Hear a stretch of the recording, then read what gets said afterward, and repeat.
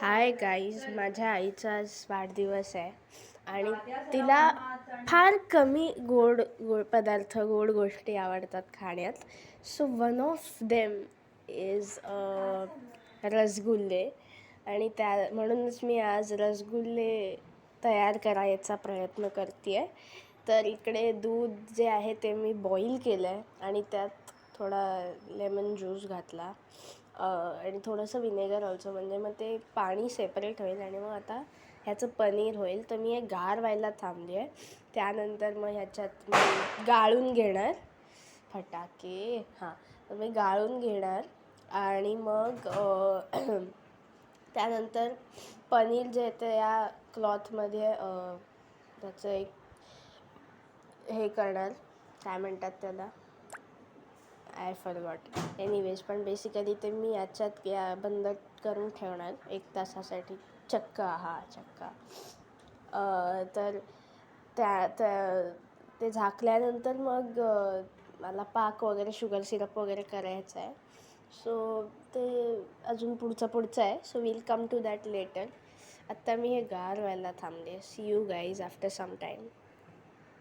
Okay guys, आता ते पनीर मी 1 तास तसं म्हणजे त्याच्यात ठेवलं होतं चक्क्यात.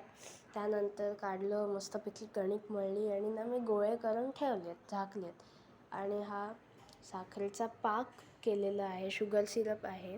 सो साखर विरघळली आहे आणि हे असं मध्ये मध्ये ढवळत राहायचं.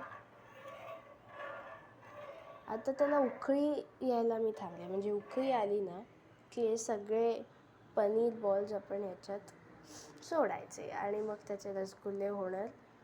ह्यात सोडलं ते, म्हणजे ते सगळे सोडले की ते मे बी डबल होतील साईजमध्ये आणि एकदम त्याचं असं स्पॉन्जी टेक्स्चर होईल.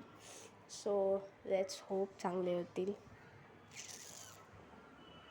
उकळी आली आणि मी ते सगळे सोडले पनीर बॉल्स आणि आता 10 मिनटं हे झाकून ठेवायचं आहे. Let it boil. तुम्ही बघू शकता आतून कसं दिसतंय मस्त.